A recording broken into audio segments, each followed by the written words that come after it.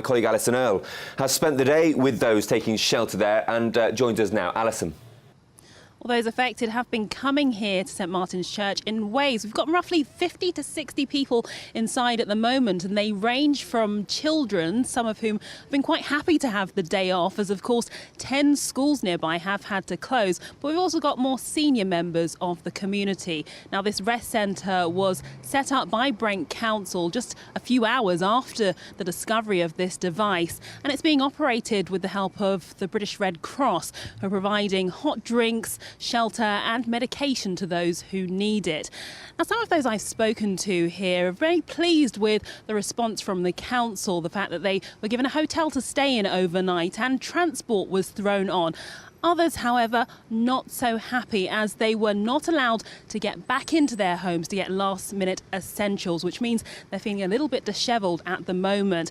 Well, I spoke to some of those who are here today, and they explained what the past 24 hours has been like.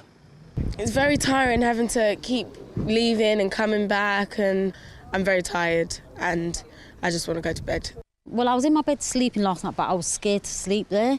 And it's like, I'm thinking, suppose the whole building goes. I was really scared. The feeling for me is a panicking feeling, because I've got heart problems, asthma, arthritis, and my spine's not straight. I've got scoliosis on my spine, so it's really difficult for me to move around.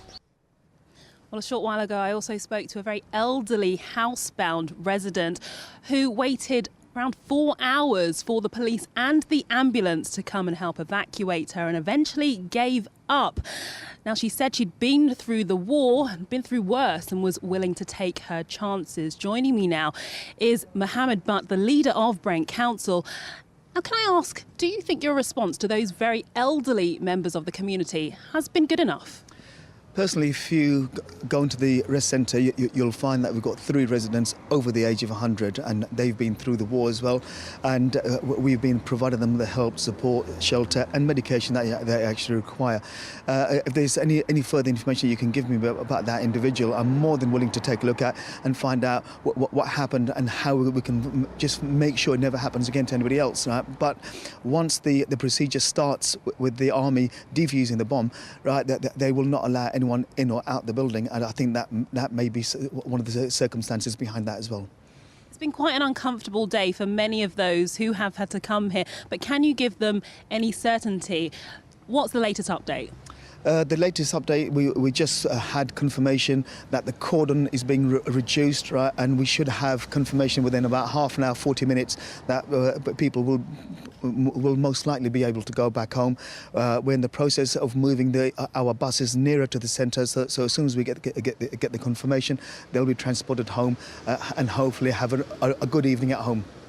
Muhammed Butt, leader of Brent Council, thank you very much. Well, lots of optimism here that some of those inside who've had quite a disruptive day will be able to have a comfortable night in their own bed.